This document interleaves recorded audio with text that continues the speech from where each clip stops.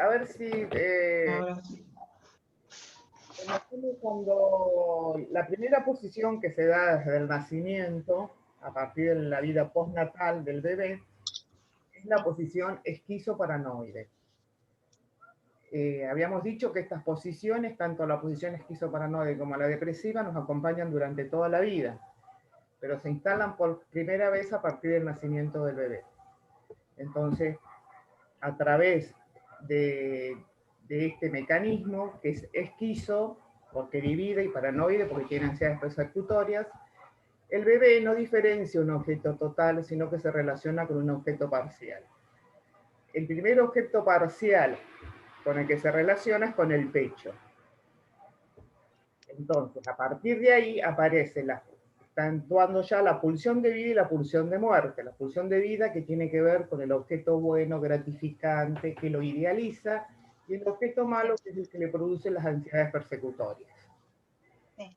El bebé, para poder preservarse, para poder vivir, necesita eh, acercarse a este objeto bueno todo lo que más pueda, que es el que le va a dar la subsistencia. Entonces empieza a implementar una serie de mecanismos.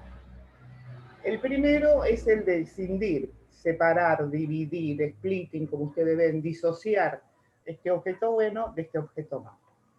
Entonces, ante determinadas situaciones de ansiedades, el bebé proyecta hacia ese objeto los impulsos buenos y se queda dentro de sí el yo del bebé con esos impulsos destructivos, para una forma de poder preservar a ese objeto ideal que él empieza a percibir desde el inconsciente, que es el que lo mantiene vivo. ¿Va claro hasta ahí? Sí. Esto se empieza a dar como un ejercicio de repetición, pero es cambiante.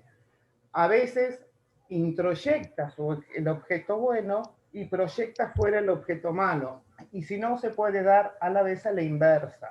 ¿Mm? Sí. Proyectar afuera a los superseguidores y quedarse con el objeto bueno. Eso se va cambiando, se va mutando permanentemente, no es algo rígido. Estamos hablando en el desarrollo estable, medianamente estable, sano. ¿Mm? Por eso dijimos que es fundamental, por más doloroso que sea, este proceso de decisión, de separación, de división entre un objeto bueno y un objeto malo, porque es lo que le va a dar las herramientas necesarias para poder diferenciar lo que es bueno de lo que es malo, la discriminación y todo un montón de procesos que vienen después. ¿Mm? Entonces, ante determinadas situaciones, es decir, la excisión se caracteriza por una determinada monto grande de la idealización. Ante determinadas situaciones de mucha ansiedad persecutoria, el bebé se resguarda dentro de esta idealización de este tipo bueno. ¿No? Incluso ante determinadas situaciones llega a hacer una negación mágica omnipotente. ¿Por qué? Porque él cree desde el inconsciente de que a través de esta negación mágica omnipotente va a destruir las ansiedades persecutorias que siente y se va a quedar con ese objeto bueno totalmente idealizado. A veces sucede, que es un poco cuando hablamos después de lo que pasa al revés, que es donde proviene la patología, digamos, que a veces hace una idealización, es decir, introyecta el objeto malo, se queda con ese objeto malo, y lo hace ideal, lo idealiza, estas ansiedades persecutorias. Es una pseudo idealización. Y es que yo le dije que a veces tiene que ver con esos bebés que son, se llama bebés esquizoides, que pareciera que son perfectos, que no tienen ningún tipo de ansiedad, y que cuando llegan a la vida adulta se dan cuenta que no pudieron tener esta buena discriminación entre lo malo y lo bueno, porque no pudieron hacer ese proceso de decisión, de separación, de fragmentación, que es tan necesario en esta posición.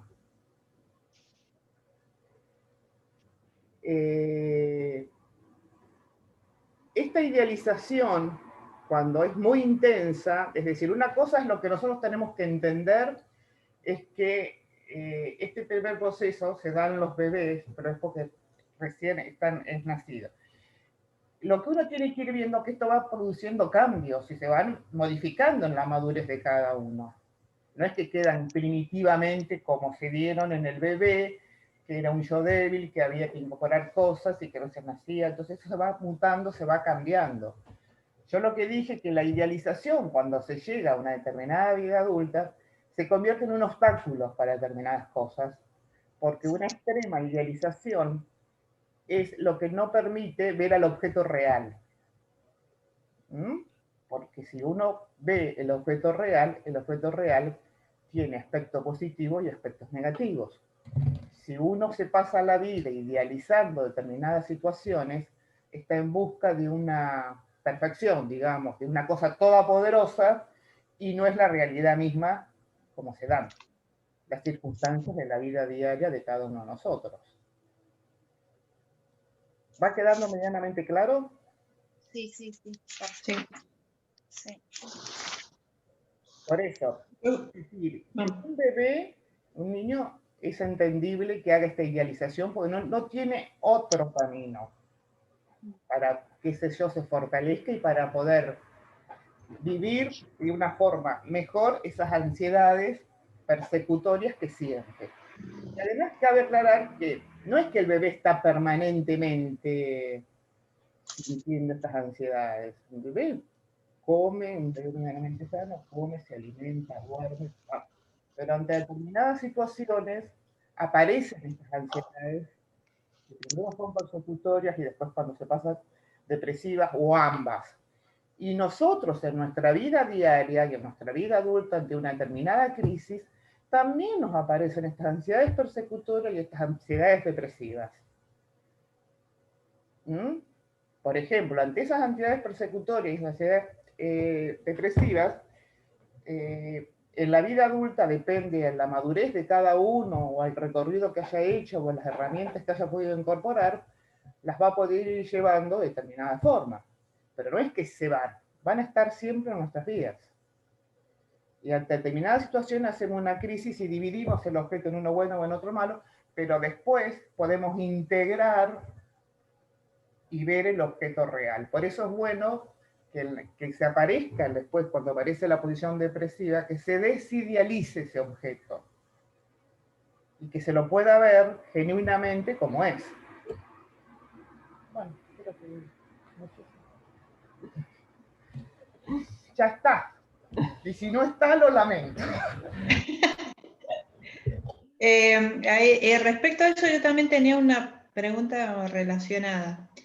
Hay una parte que dice en el texto que entre la pulsión de vida y muerte hay un conflicto que es una lucha entre el self libidinal y los perseguidores. Claro, Y aclara que los perseguidores lo dice en plural porque es el objeto malo fragmentado. La pregunta es, el objeto malo fragmentado, eso que sí me lo podías explicar, y el self libidinal también, las dos cosas. y el ser libidinal tiene que ver con el objeto bueno, que cubre todo el yo, el no yo y toda la personalidad de la persona del objeto bueno. Y el objeto, ¿cómo es lo otro? Cuando explica que nombra a los perseguidores en plural porque es el objeto malo fragmentado. Por eso, pero ¿cómo dice la frase? Porque el objeto malo tiene que ver con las ansiedades persecutorias. Si está fragmentado, Lo tendría que buscar. ¿cómo se fragmentó? Porque en realidad, esto, a ver, si yo lo entiendo de esta forma, tiene que ver con que de esto se desprenden un montón de actitudes y de sublimaciones y de cosas que uno hace que tienen que ver con el objeto bueno, y también otras cosas cuando no se ha podido incorporar este objeto bueno que tienen que ver con el objeto malo. Y cuando yo les hablé el otro día de los sentimientos de envidia, de ingratitud, bueno, hay que ver cómo es, porque A ver si lo encuentro. Claro, porque fragmentado puede estar fragmentado en muchísimas partes. También el objeto bueno puede aparecer fragmentado. Porque, por un lado, claro, está fragmentado desde ese lugar, en un objeto totalmente bueno y en un objeto totalmente malo. Pero que después esos objetos son parciales. Para poder tener una vida saludable se tienen que integrar. Acá la encontré. Pueden quedar ¿La leo? Sí. Dice, he dicho perseguidores en plural porque así como el objeto se percibe como un todo, el objeto ideal se percibe como un todo e intacto, el objeto malo habitualmente está fragmentado. Sí. Puede aparecer fragmentado o puede aparecer también como que predomine, porque depende de la pulsión de vida y como es una cosa constante permanentemente, es decir, no somos 100% pulsión de vida y no somos 100% pulsión de muerte. Es decir, es como que se mezclan, es lo que hablamos el otro día. Y esto tiene mucho que ver los mecanismos de introyección y de proyección en nuestra vida de lo que hacemos. No es que es puro. No somos 100% objeto bueno ni 100% objeto malo, sino que la pulsión de vida y la pulsión de muerte están actuando permanentemente. Por eso, desde la teoría y uno desde lo que dice Melanie Klein, en la medida en que predomine siempre el objeto bueno, eso no quiere decir que estas ansiedades persecutorias y la pulsión de muerte no sigan operando. Pero en la medida en que uno pueda vivir experiencias con un vínculo con AFI, que sea de agradecimiento, que tenga que ver con el amor, con las cosas gratificantes, es decir, va a predominar este objeto bueno, que contrarresta los efectos de ese objeto malo. Entonces, un poco de las sublimaciones que se dan en la etapa, en la posición depresiva, tiene que ver con eso, justamente. Es decir, buscar sustitutos para poder sostener y reparar ese objeto. Pero no el objeto idealizado, sino el objeto bueno, el objeto genuino, el original. El arte, la recreación, la música, la literatura, el deporte, bueno, todo lo que pueda decir y en lo que cada uno le guste son sublimaciones que hacen, son situaciones que hacen que están reparando. Cuando yo les decía la otra vez que en los juegos de los niños se va viendo cómo aparece la culpa, lo que Melanie Klein nos dice, y cómo aparece la reparación, que decía que los niños cuando la sonrisa, cuando el bebé empieza a sonreír, está reparando, es un gesto de reparar, es un gesto de agradecer. Cuando con la cuchara intenta darle de comer a la mamá, es un gesto de que está reparando un daño que él cree que inconscientemente ha ocasionado. Cuando los niños son más grandes y juegan con todas las actividades constructivas, están reparando. Diferentes etapas que van viviendo van reparando constantemente. Entonces el arte también sirve, ustedes han escuchado que yo le dije otra vez más de una vez, cuando un niño tiene problemas, los maestros o quien sea se acercan a los padres, le dicen, mandalo que haga alguna actividad artística. Bueno, lo dice justamente por estos motivos, porque todo eso sirve para reparar emociones. Son actividades reparatorias.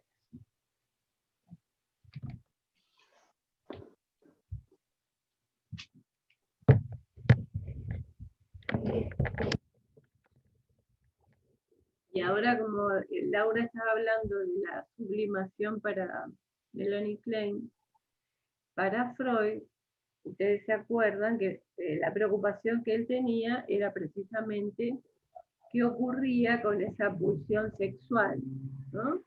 Entonces, él decía que la sublimación lo que haría, en lugar de que la pulsión busque la descarga o aparezca como un síntoma o aparezca disfrazada a través de los mecanismos de defensa, que en realidad lo que busca es descargar, es cuando se sustituye eso por un fin dice loable o socialmente bien visto.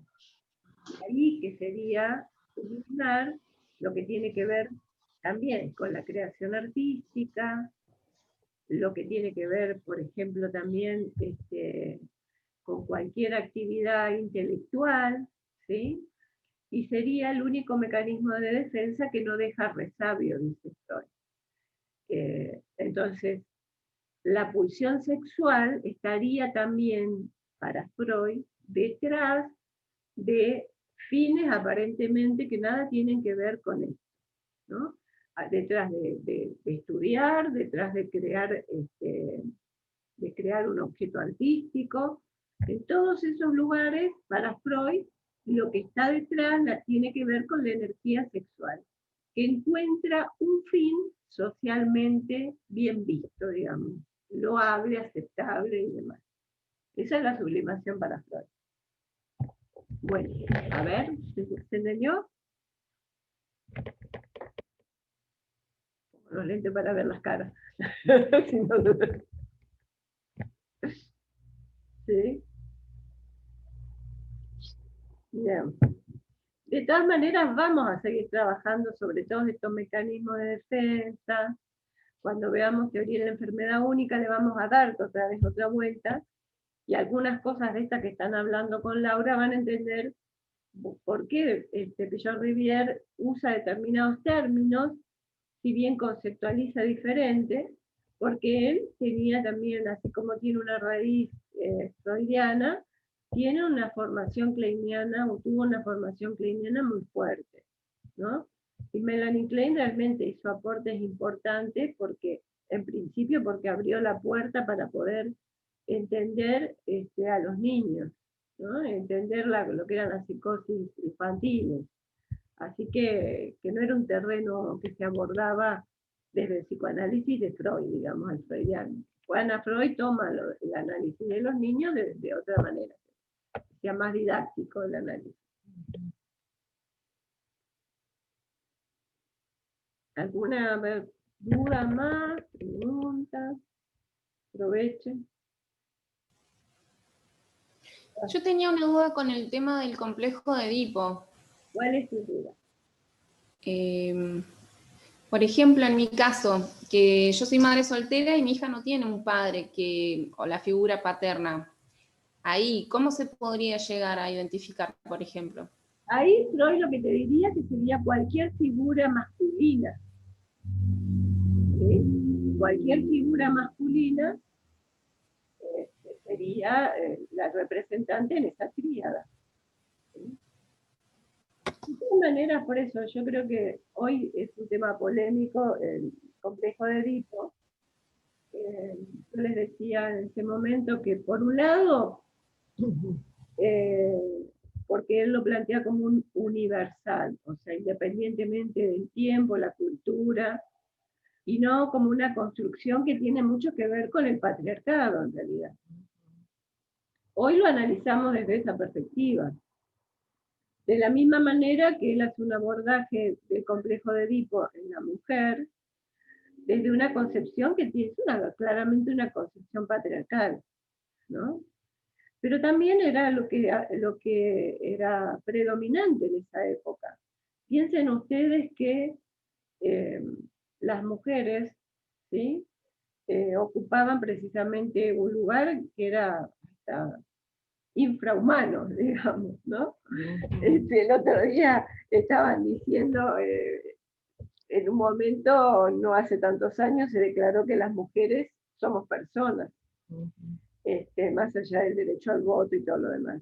Y Freud también era parte de esa cosmovisión, digamos, ¿no? Si bien los movimientos feministas y las posturas feministas no es que surgieron hace 20 años, sino que tienen una larga gesta. Pero el pensamiento predominante y la cultura predominante era la patriarcal. Entonces, ustedes van a escuchar muchos análisis hechos desde el psicoanálisis más ortodoxo y demás, que en el caso de la ausencia del padre, que sería, por ejemplo, cuando no hay un padre eso generaría algún tipo de problema, ¿no? Y nosotros hoy día tenemos un montón de familias uniparentales, ¿sí? Y eso no significa que los chicos vayan a tener problemas. Problemas en la conformación, digamos, de su mundo interno, ¿no? Diríamos nosotros. De la misma manera, por eso yo les decía, en la medicina pasó tiempo hasta que se empezó a estudiar el cuerpo de la mujer y la anatomía y el funcionamiento del cuerpo de la mujer como diferente al del hombre. El modelo era el cuerpo masculino, ¿sí? No era, entonces, y bueno, nosotros sabemos que el hígado de la mujer no es lo mismo que el hígado del hombre. ¿Por qué? Porque las hormonas nuestras son distintas. Los varones tienen unas hormonas, las mujeres tenemos otras hormonas. Entonces, todo esto también está en la conceptualización del complejo de Edipo y cómo Freud considera a la mujer, ¿no? Como dice, bueno, no hay en esa época temprana, el único sexo visible es el pene, ¿no? O sea, está hablando precisamente de una concepción patriarcal. Acá me agarró la parte crítica. Machista. Bien, porque él no sabe que las mujeres desde muy temprana edad sabemos que tenemos vagina. No es que, tenemos, que nos falta algo, tenemos otra cosa. Pero él habla como hombre, ¿sí? ¿De qué? Ausencia de pene, envidia de pene, todo esto, ¿no? Entonces muchas veces las mujeres activas, proactivas, eran fálicas. Son consideradas, y todavía por ahí alguno puede escuchar, como una mujer fálica, ¿sí? Porque eso era un atributo masculino. Entonces, todas estas cosas también hace falta de construirlas. Porque bueno, estuvo muy bueno todo lo que aporta y está bueno lo que aporta el psicoanálisis, pero ahí realmente representa toda una cuestión ideológica que tiene que ver con lo que se considera lo masculino, lo femenino, la cuestión de género y demás. Para Freud, por ejemplo, la homosexualidad es una enfermedad, ¿no? O sea, tendría que ver con una mala resolución del complejo de Edipo. Hoy, todas estas cosas están dejadas de lado, desactualizadas, afortunadamente, ¿no? Se ha avanzado en esto y en poder entender la sexualidad de otra manera y también en poder entender la cuestión de género desde otro lugar. Entonces, ¿pero para qué es interesante estudiar esto? Porque tenemos que entender que de ahí nacieron muchas cosas. Y entre las cosas que nacieron, algunas cosas fueron muy importantes, como poder dar un tratamiento distinto a las enfermedades mentales, ¿sí? Y sobre todo, fíjense que Freud básicamente atendía mujeres. Si uno va a los historiales, la mayoría son mujeres, ¿sí? Que eran las personas estas que sufrían histeria de conversión, ¿sí? Entonces, todo esto es para que nos ayude a reflexionar, ¿no? Entonces, para Freud, el super yo es el heredero del complejo de Edipo. ¿Por qué? Bueno, porque tendría que ver con todas esas identificaciones que van a surgir con la figura del padre, ¿sí? Pero si esto no lo ponemos en el contexto, y en el contexto social, histórico y demás, y lo hacemos como una cosa atemporal, ¿sí? Y ahistórica, estamos legalizando cosas que en realidad no son así. Es verdad que nuestra personalidad, nuestro mundo interno y demás, se constituye en base a procesos de identificación. Sí. La cuestión es qué lectura hacemos de eso, ¿sí? Por eso digo, bueno, hoy día también ha quedado, ha salido del análisis, de la forma de entender, pero cuando yo era chica, por ejemplo, Laura también, capaz. Somos de la misma época. Somos de la misma época. ser hijos de padres separados era considerado Terrible. que iba a tener un problema. ¿Sí? Porque en realidad la sociedad es una sociedad punitiva hacia la disolución del vínculo matrimonial. Y los chicos no tenían problemas, en realidad tenían problemas los adultos. Los chicos tienen problemas con los divorcios, cuando son divorcios donde los chicos quedan en el medio de un conflicto. ¿Va? Pero no significa que los hijos de padres divorciados no vayan a ser felices o vayan a tener un trauma o vayan por ese motivo. Pero bueno, eso es muy fuerte. Y hemos por ahí sufrido mucho maltrato y han sufrido maltrato por eso muchos chicos, ¿no? Porque eran vistos como chicos que iban a tener problemas. Entonces cualquier cosa que hacían era porque los padres eran separados. ¿Sí? O sea, estigmatización doble. Entonces digo, bueno, viene precisamente a veces de trasladar, digamos, explicaciones que no son analizadas críticamente, ¿no? Y no se ven en realidad. Bueno, ¿alguna pregunta? Se va a cortar en cualquier momento. Armamos otra, les aviso por las dudas. En relación a lo que está diciendo Ana, ustedes imagínense, Melanie Klein también se sintió muchísima discriminación en su momento histórico que se estaba viviendo, porque se tuvo que enfrentar, no tenía un título que la habilitara, porque no se alcanzó a recibir nunca, en un mundo que eran todos hombres de familias ilustres, que eran los que podían llegar a ser médicos o especialistas. La trataron de todo en congresos porque decían que no tenía autoridad porque no tenía un título. Cuando ella escribió lo primero que escribió sobre psicosis, sobre la agresividad infantil y sobre la sexualidad infantil, fue terriblemente criticada porque le decían que cómo ella, siendo mujer, y cómo se iba a animar que no tenía un título a decir eso, y que cómo iba a perturbar las mentes infantiles. Y sin embargo, sobrevivió. Y sin embargo, escribió libros. Y sin embargo, nosotros ahora estamos hablando de ella como reconociendo su labor. ¿Mm? Entonces, esta cosa de los rótulos, de las estigmatizaciones, de los estereotipos, uno tiene que ir rompiéndolos. Pero bueno, ella nos da un ejemplo y no tuvo una vida fácil, porque ustedes la habrán leído, tuvo pérdidas importantes en su vida, vivió mucho. Y en la medida en que ella iba viviendo esas cosas, iba escribiendo.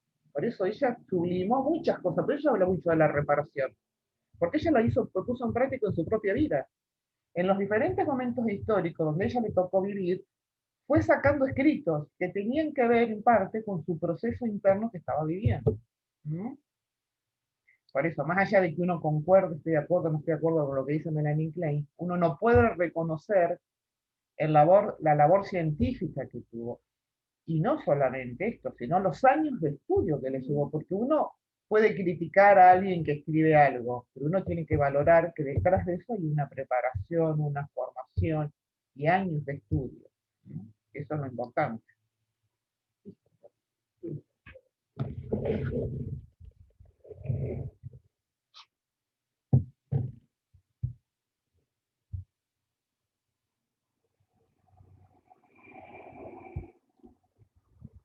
¿Alguna pregunta más? ¿Alguna duda más?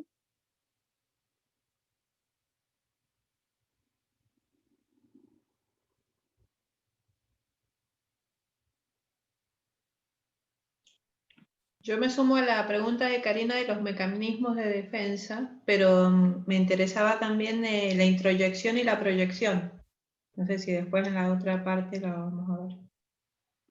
Bueno.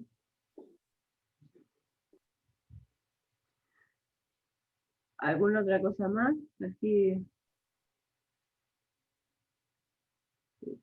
Sí, corto.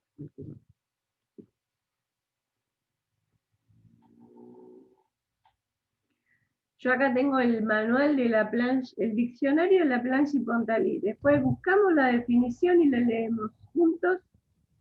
yo digo, el mataburro psicoanalítico, Está bien que es bueno tenerlo. que es bueno tenerlo aquí de primera mano, pero bueno, vamos y venimos con los mecanismos de defensa, ¿sí? Introyección y cuando nos reencontremos, que hoy me está haciendo durar más el minuto, que a veces que me corta antes del minuto. Este minuto es más largo.